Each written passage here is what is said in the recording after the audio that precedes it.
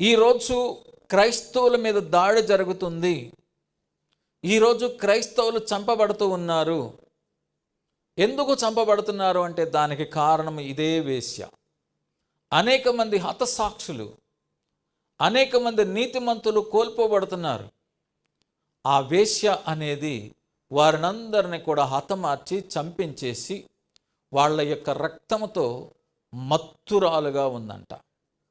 అదే అక్కడ 6వ వచనంలో రాయబడి ఉంది. ఈ వేశ్యత్వం చేసే వాళ్ళు ఎంత నీచమైనటువంటి స్వభావంతో ఉంటారో చూడండి. వారి కుటుంబాలు, ఒక కుటుంబం కూడా సరిగా ఉండదు. వారి కుటుంబాలు సంతోష సమాధానముగా ఉండదు. ఒకవేళ ఉన్నాయి అంటే అది వేషధారణ కానీ, నటనే కానీ, హృదయపూర్వకమైనటువంటి ప్రేమానురాగాలు ఆ కుటుంబాల్లో ఉండవు.